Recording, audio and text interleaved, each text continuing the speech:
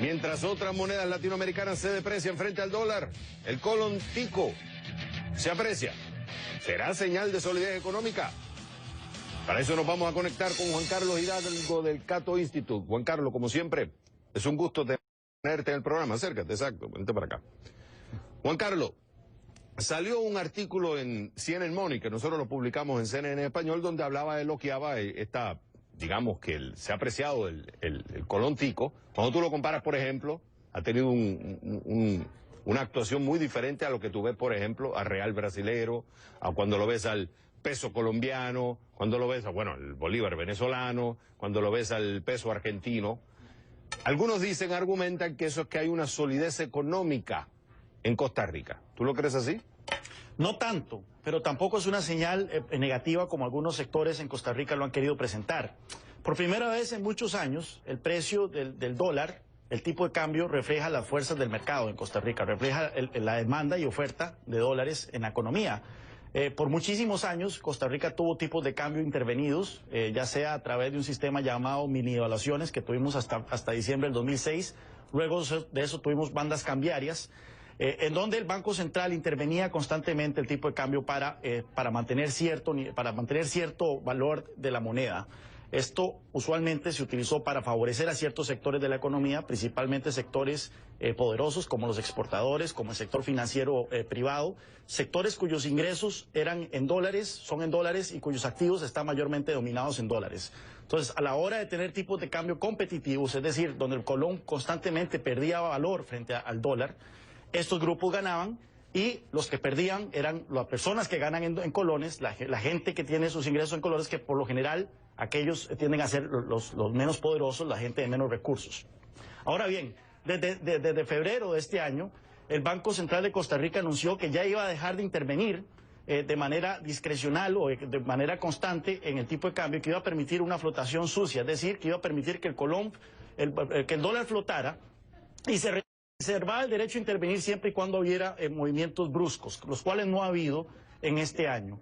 Esto quiere decir que entonces por primera vez el tipo de cambio está reflejando la realidad de lo que es la entrada de dólares a la economía y la salida de dólares. Por lo tanto, no es que sea bueno o malo, no es que refleje una solidez de la economía o no, simplemente es que finalmente estamos permitiendo que las fuerzas del mercado funcionen, y esto por lo que sí es bueno es que se está reflejando en una perspectiva de inflación para este año de cero. Es decir, va a haber cero inflación en Costa Rica en el 2015, lo cual es un hecho inédito desde 1974. Costa Rica por muchísimos años se ha acostumbrado a tener tasas de inflación de 2 dígitos incluso. Y es ahora que finalmente la gente en Costa Rica, los ciudadanos costarricenses, no vamos a ver un año en donde hay un aumento generalizado de precios. Ahora, Juan Carlos, y entonces se está dejando las libertades del mercado, o sea, que haya una oferta y demanda. Quiere decir que hay más gente queriendo comprar colones y vendiendo dólares. Lo que quiere decir que hay una confianza en algo que está sucediendo en la economía costarricense para demandar más colones versus dólares, porque es lo que hace que se aprecie. Claro, no es que hubo una depreciación del colón, estuve viendo, y en este último año ha habido una apreciación del colón, no es sustancialmente grande, pero sí ha habido una apreciación del colón, lo que implica que hay grupos que están queriendo más colones que dólares. ¿Cuál es la explicación entonces que tú le darías? ¿Hay más confianza en la economía costarricense? ¿Hay más estabilidad en comparación a otras economías en Centroamérica, en la región? 2 puntos. Costa Rica es un país que no exporta materias primas, a diferencia de la mayor cantidad de países en Sudamérica. Esto quiere decir que si el precio de las materias primas cae, principalmente el petróleo, nuestra economía se ve favorecida, no se ve perjudicada, como ha ocurrido en Colombia, en Chile, en Perú, en Brasil, en Argentina, en Venezuela, en todos estos lugares. Solo en los primeros 8 meses de este año, Costa Rica se ha ahorrado, por concepto de factura petrolera, 3.500 millones de dólares, comparado con los 8 meses del año anterior. Es decir, la factura petrolera ha caído en un 46%. Estos son dólares que antes salían porque los pagábamos para comprar petróleo y ahora se están quedando en la economía. También hay otros sectores que están experimentando muchísimo dinamismo. El sector servicios, por ejemplo, es un sector que está creciendo a un ritmo marcadamente superior al ritmo de la economía.